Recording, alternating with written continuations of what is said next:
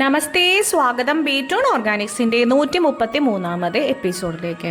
നമ്മുടെ റോഡ് സൈഡിലും തൊടികളുടെ ഇടയിലും ഒക്കെ നമുക്ക് കാണാവുന്ന ചെമ്പരത്തിയുടെ വർഗ്ഗത്തിൽപ്പെട്ട ഒരു ചെറു വൃക്ഷമാണ് അത് കേട്ടോ. പല നാട്ടിൽ പല പേരിലാണ് അറിയപ്പെടുന്നത്. പൂവരശ്, ചീലാന്തി, പിൽവരശ്, പൂപ്പരുത്തി എന്നൊക്കെ പറയുന്ന സമശീതോഷ്ണ വീര്യമുള്ള ഈ ഒരു വൃക്ഷത്തിൻ്റെ തൊലി, ഇല, പൂവ്, വിത്ത്, വേരുമത്തൊലി ഒക്കെ വളരെയധികം ഔഷധ ഗുണമുള്ളതാണ് കേട്ടോ. സത്യത്തിൽ നമ്മൾ അറിയാണ്ട് പോകുന്ന ഔഷധങ്ങളിൽ പെട്ട ഒരെണ്ണാണിത്. ഇതിൽ ചെതലുകളുടെ ആക്രമണത്തിനെ തടുക്കാനായിട്ട് അസലാണ്. പൂവും മുട്ടും ഇലയും ഒക്കെ ഭക്ഷ്യയോഗ്യമാണ്. വെള്ള നിറത്തിലുള്ള പുറത്തെ തടിയുടെ പുറം ഭാഗം പോലും ഈ മരത്തിനെ നശിപ്പിക്കുന്ന ചെറിയ ജീവികളിനെ തടുക്കുന്നുണ്ട്. അതുകൊണ്ട് തന്നെ ഇത് അസല് ഫർണിച്ചർ മേക്കിങ്ങിന് ഉപയോഗിക്കാൻ പറ്റുന്നതാണ്. അതിൻ്റെ കാതലൊരു തവിട്ട് കലർന്ന ചുവന്ന നിറമാണ്. അപ്പോൾ അതുകൊണ്ട് ഫർണിച്ചർ ഉണ്ടാക്കിയ ഭംഗി ഉണ്ടാവും, ഈടും ഉണ്ടാവും, ബലം ഉണ്ടാവും. നല്ലൊരു കാലിത്തീറ്റയാണ്. അതേപോലെ കട്ടിയുള്ള നാരാണ്. വെള്ളത്തിൽ കീടാകാണ്ട് കിടക്കും. അതുകൊണ്ട് ഇതിന് ബോട്ട് നിർമ്മാണത്തിന് ഉപയോഗിക്കാം. ഞങ്ങളുടെ നാട്ടിലൊക്കെ അത് പ്രധാനമായിട്ട് ഈ വക ബോട്ടൊന്നും ഇല്ലാത്ത സ്ഥലമാണ് നമ്മുടെ വള്ളുവനാട് ഭാഗമാണ്.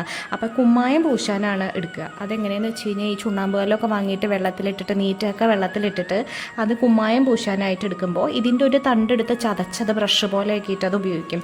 മണ്ണൊലിപ്പ് തടയാനായിട്ട് നല്ലൊരു സസ്യമാണ് കേട്ടോ. ഒരു 4-5 ഇല എടുത്തിട്ട് 1 ലിറ്റർ വെള്ളത്തിലിട്ട് തിളപ്പിച്ചിട്ട് ദിവസവും കുടിച്ചാൽ കീമോ കഴിഞ്ഞ ആൾക്കാരിൽ പോലും രക്തത്തിൻ്റെയും പ്ലേറ്റ്ലെറ്റിൻ്റെയൊക്കെ കൗണ്ട് കൂടുന്നതാണ് പറയണത്. ലിവറിന് അസലാണ് കേട്ടോ. ലിവറിനുള്ള എല്ലാ ഡിസീസിനും വളരെ നല്ലതാണ്.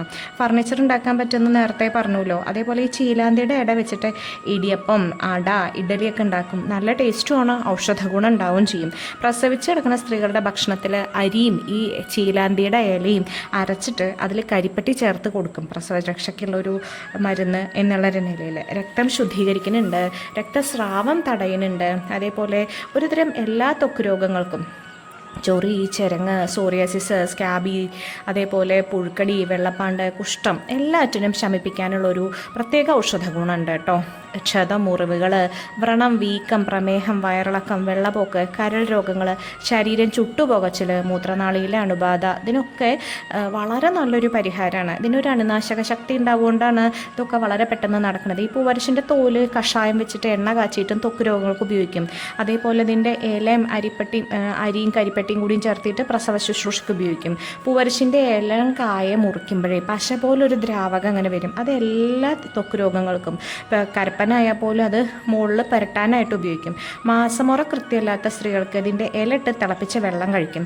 അതേപോലെ ഈ ഇല അരച്ചിട്ട് ആവണമെണ്ണ ചൂടാക്കിയിട്ട് അത് ചെറു ചൂടോടെ സന്ധികളിൽ തേച്ച് കഴിഞ്ഞു വെച്ചാൽ ഈ വാതനീരിൻ്റെ വേദനയും നീരും കുറഞ്ഞു കിട്ടും. പിന്നെ ഈ പുറന്തൊലി കഷായം മുറിവുകൾക്ക് മാറ്റും. ആ പുറന്തൊലി കഷായം തന്നെ ഈ വജൈനൽ ഡിസ്ചാർജ് ഉള്ളവർക്ക് ആ ഭാഗത്ത് ഭയങ്കര ഇച്ചിങ്ങും ഒക്കെ പ്രശ്നങ്ങളുണ്ടാവും. അപ്പോൾ ഈ പുറന്തൊലി കഷായം കൊണ്ട് അവിടെ കഴുകി കഴിഞ്ഞ് കഴിഞ്ഞാൽ ആ അണുബാധ മാറുന്നുണ്ട്. തൊലിയുടെ കഷായം പ്രമേഹത്തിന് അസലാണ് കേട്ടോ. ഇല തിളപ്പിച്ചത് ഈ ഫാറ്റി ലിവറുള്ള ആൾക്കാർ കുടിക്കുകയാണെന്ന് വെച്ചാൽ വളരെയധികം വ്യത്യാസം ഉണ്ടാവുമെന്നാണ് പറയണത്. ഇളം ഇലകൾ ചവച്ചരച്ച് കഴിച്ചാലും അസലാണ്.